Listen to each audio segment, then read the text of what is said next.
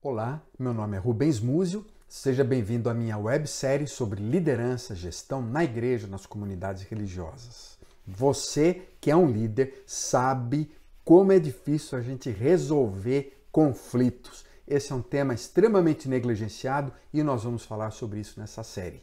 Seja bem-vindo ao meu canal, inscreva-se e participe.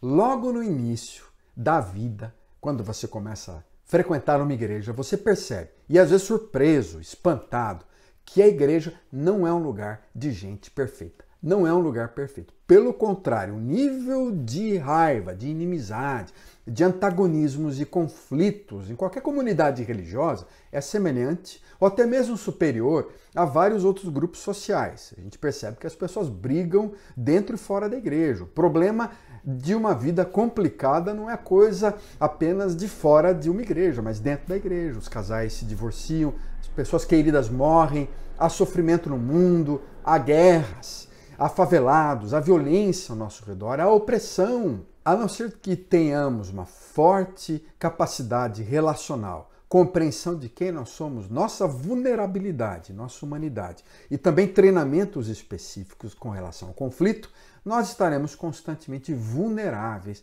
a ele. A nossa organização, a nossa igreja também estará vulnerável a eles e a divisões.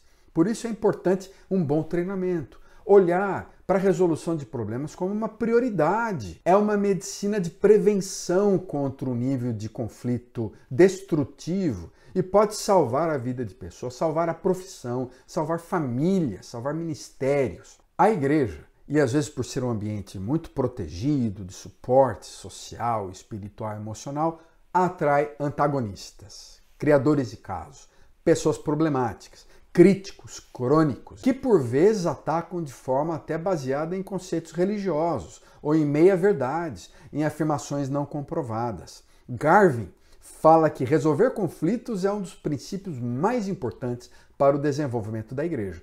E ele tem razão, porque a gente percebe que as igrejas são capazes de se tornar instituições muito opressoras, patológicas, e elas não lidam muito bem com os problemas internos e com os problemas externos. Os líderes gastam tempão resolvendo questões de aconselhamento, de relacionamento, e o foco de descontentamento frequentemente de comunidade está nas relações entre as pessoas.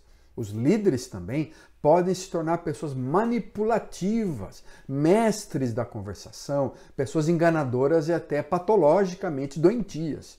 Você observa, por exemplo, a vida de Jim Jones. Como um líder poderoso, acaba se tornando uma potência para o mal, para a malignidade.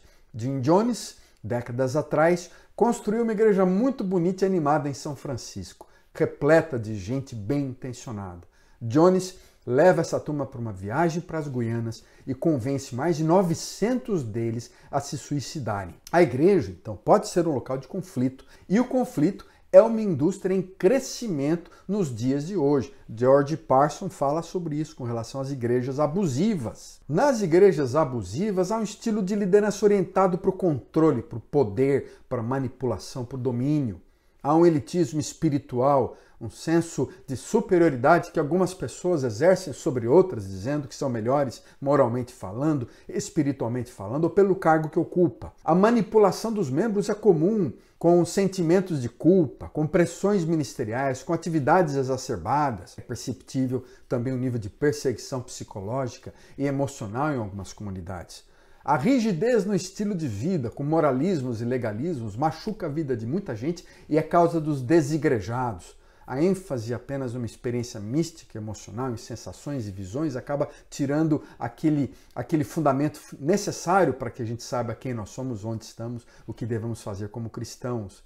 Aquela disciplina rígida, acachapante sobre a vida de famílias, sobre a vida de pessoas, acaba machucando muitos daqueles que participam das nossas igrejas. E a denúncia de outras igrejas, às vezes muito apologéticos, a gente vai criticando uns aos outros, aquele bate-papo na internet em que a gente vai massacrando o outro, sendo hostil, criticando, não tomando cuidado com as palavras. E o processo de saída, frequentemente, de muitas famílias que deixam comunidades machucadas e que não sabem para onde ir mais, porque não participaram da visão daquela igreja, não compactuam com aquela direção que a igreja está indo.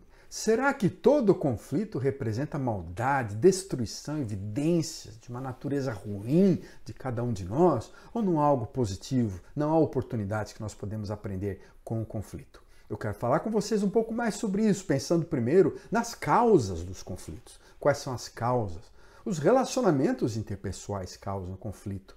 Frequentemente porque somos diferentes, temos personalidades, temperamentos diferentes. Nossas motivações e necessidades são variadas. Alguns de nós são mais introvertidos, mais relacionais, mais emocionais. Outros são mais extrovertidos, racionais, focados em tarefas. E a gente deve entender a diversidade, a complexidade das pessoas, a variedade das etnias, as diferenças de opiniões por classes sociais, por idades. Muitas pessoas têm diferentes esperanças, medos, desejos, vontades, e elas expressam suas opiniões de maneiras variadas. Têm perspectivas filosóficas, opiniões teológicas, posições políticas diferentes. E dos mais assuntos, elas pensam de forma diferente. A gente tem que entender isso. Às vezes, não da química.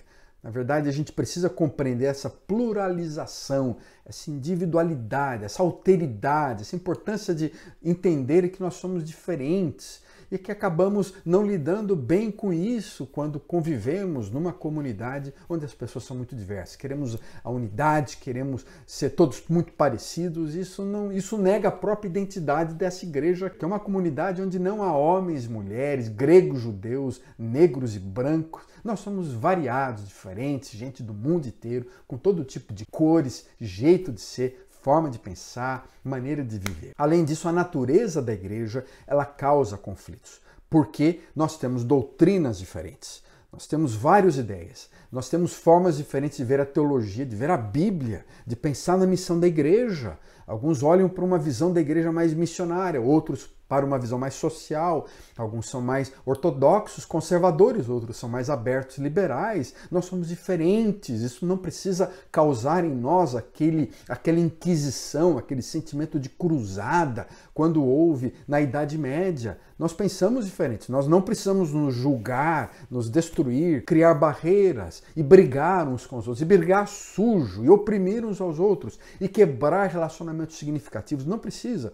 A natureza da igreja é uma comunidade de amor, de variação, de variedade, de diversidade. Uma outra causa de conflitos na igreja é a confusão das funções administrativas das estruturas.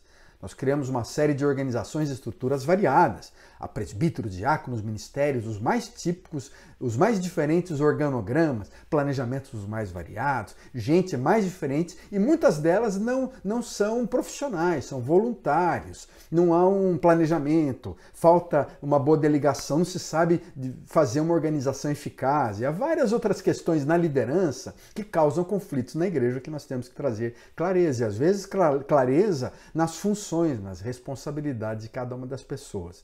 Comunicação é outra razão. Comunicação. Como é difícil hoje a gente conseguir se comunicar.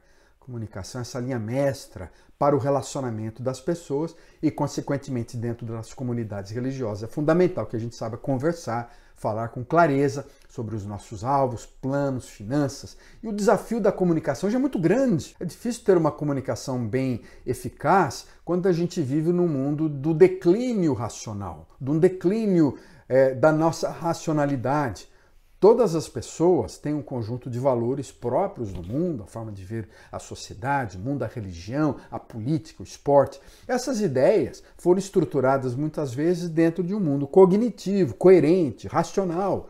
Com frequência, no mundo contemporâneo, a gente abriu mão da racionalidade. A gente pode dizer que a Terra é plana, a gente pode falar que não precisa vacina. E apenas alguns exemplos para dizer a variedade das informações hoje, como elas são muito subjetivas, né? Não importa tanto aquilo que a racionalidade fala, não importa, inclusive, nem que milhares de PhDs de centenas de países falem alguma coisa, porque a gente vive num mundo de relativização da verdade, onde as teorias da conspiração, onde as fake news, o terraplanismo são exemplos de uma subjetividade do pensamento. Aquilo que eu sinto, aquilo que eu penso, aquilo que eu desejo, na verdade, o meu achismo vai por cima de todos os dados científicos.